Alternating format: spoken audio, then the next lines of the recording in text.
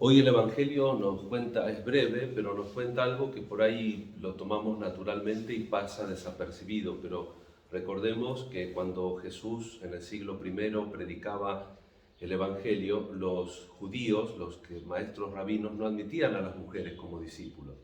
Acá evidentemente que Jesús sí, y da unos cuantos nombres, Lucas, también mujeres por un lado pecadoras y por otro lado mujeres pudientes que los ayudaban con sus bienes. Esto es, digamos, en el Evangelio, cuando aparece la forma de la crítica literaria para estudiar la Biblia, una de las cosas que se primero hacen fechar el texto y luego ver qué costumbres hay en la época. A veces la disrupción en las costumbres hace que el personaje sea más verosímil. Entonces, en el Evangelio tenemos muchas cosas que Jesús hace, no se deja condicionar por su tiempo. Por ejemplo, en el trato con la impureza, en el trato con los leprosos, en el trato con las mujeres, lo vemos inclusive una cosa que era impensable en la época, hablando con las mujeres.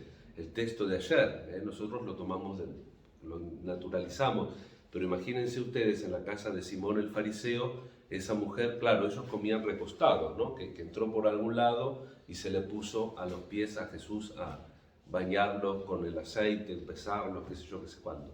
Es decir, el Señor no estaba sujeto a las condiciones de su época y un poco es lo que el Papa Francisco siempre insiste, que la Iglesia no es la comunidad de los santos, de los perfectos. Es cierto que a veces por ahí alguno que pueda no coincidir tanto con el Papa, daría la impresión de que va a decir que lo que no se quiere es la conversión cuando uno incluye. No, uno incluye para que se convierta. Uno tiene que aprender a nivelar para arriba. El que verdaderamente le importa la vida social, espiritual y la vida total de las personas siempre tiene que nivelar para arriba. Pero para eso tenemos que recibir. Jesús lo dice él mismo, ¿no? Que él no vino para los sanos, vino para los enfermos.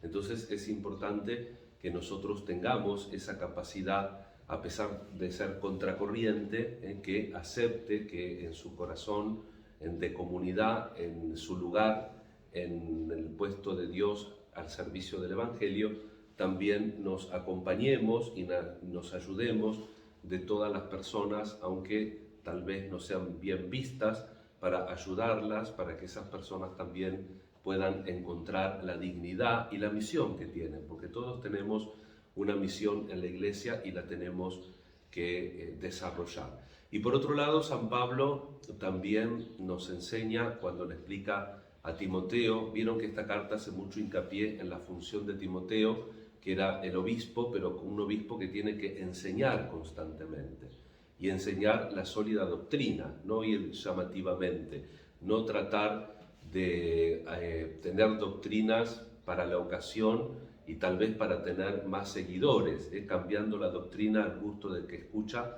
para que la asamblea crezca y, como dice Pablo, también se puede deslizar ahí el tema de la avaricia, el tema de la codicia. El avaro codicia, la codiciar es desear y uno siempre está deseando lo que no tiene y juntando, y no importa la cantidad, porque no pensemos en la riqueza como la pensamos ahora. Gente que tiene unas cuentas siderales en el banco, que tiene criptomoneda, que tiene terrenos que no puede contar. Esa riqueza no existía en ese momento.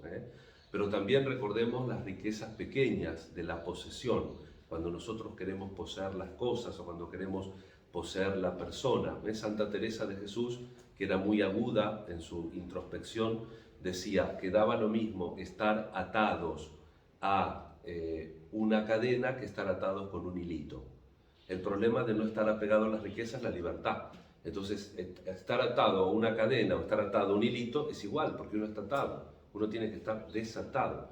Yo me acuerdo de una religiosa muy bonita que en su momento, como hacen muchas veces también acá, que regalan alguna medallita, que regalan, ¿no? Entonces había regalado medallita y le dice una de las hermanas a esta, dale la medallita. Ah, no, no, las medallitas son para mí. Es decir, pobre, no, bueno, tampoco por ahí yo no sé el retroescena del asunto, ¿no? Por ahí esa hermana que le dijo era muy metida, pero que si uno puede estar atado a una medallita, puede estar atado al alcohol, ahora que tenemos tantos alcoholes por todo. No, este es mi alcohol, yo no te lo presto. Da lo mismo, Da lo mismo estar atado a la pata de un camión, de una casa o de una lapicera que no quiero prestar, como le puede pasar a un chico. Tantas veces en los colegios, padre, robé una goma, te dicen los nenes. Y bueno, en fin, vamos a pedir al Señor esta gracia, porque vuelvo a lo mismo, la actitud es lo importante. Después, por supuesto que hay cosas que son súper graves, cosas que siempre son malas, pero después hay un montón de pequeñas conductas que sin querer, por cotidianas, por pequeñas tal vez, nos van esclavizando. Y nosotros, el Señor nos quiere libres. Y después cuidar, como nos enseña Pablo enseñándole a Timoteo, la comunidad. ¿Cuánto daño hacen las discusiones inútiles? Muchas veces, es muy duro Pablo acá, vieron que a los que enseñan otras doctrinas les están tocados de la cabeza, que tienen un problema de ignorancia y que tienen un problema de soberbia. Pero básicamente él amonesta a Timoteo para que en la comunidad traten de no hacerse discusiones que son inútiles, porque eso lleva a que se enfrenten, eso lleva a que se envidien, porque en una comunidad, si es grande sobre todo, y por ejemplo uno es muy hablador y después, aunque diga una macana, otros lo siguen, van a sentir otro grupito que está desaliñado y con ese otro, y van a empezar las pequeñas cosas que van también horadando, que van como apolillando las relaciones en la comunidad. Y es muy importante también que, como le insiste mucho en esta carta Pablo, los cristianos desarrollemos las virtudes humanas, la honestidad, la paciencia, bueno, hoy vuelve a mencionar la fe, el amor, son virtudes que nosotros tenemos que ir cultivando. Y por último, una pequeña palabrita de San Roberto Bellarmino, que él estuvo trabajando después de la segunda mitad del siglo XVI, del 1500,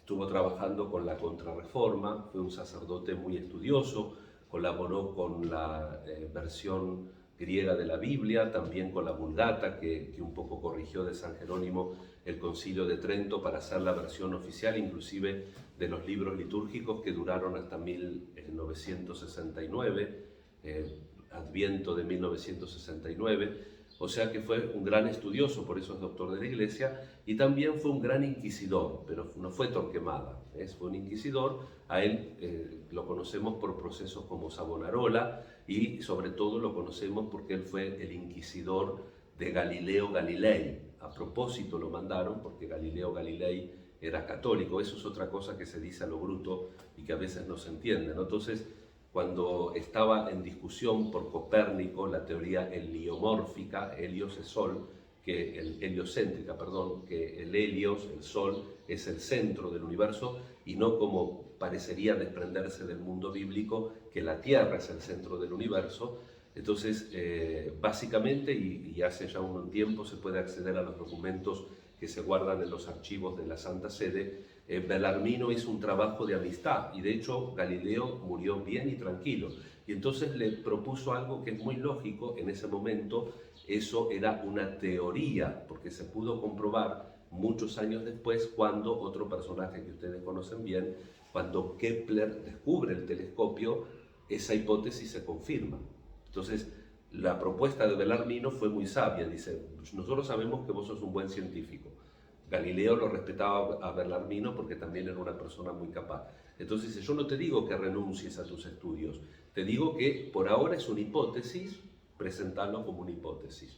Y eso hace Galileo. Galileo muere reconciliado con la Iglesia porque presenta su teoría del Sol como el centro del sistema solar, lo presenta como una teoría. Y después, con mucho tiempo que pasa, Kepler, al descubrir el telescopio, confirma, y eso ya de teoría o de hipótesis pasa a ser la realidad. Vamos a pedir al Señor también esa capacidad de escucha, de diálogo, que necesitamos todos para que el Evangelio sea fuerte y sea creíble. Pedimos al Señor en este viernes todas las necesidades que tenemos, pidiendo también la gracia de tener sus mismos sentimientos. Los viernes tenemos la devoción al Sagrado Corazón. Le agradecemos al Señor la semana que hemos vivido, pedimos tener un fin de semana bendecido por Él y con renovada fuerza comenzar cada día las actividades con el espíritu que el Señor nos pone de abrirnos a los que necesitan y básicamente tratar de seguir más de cerca los pasos de Jesús. Que así sea. Que así sea.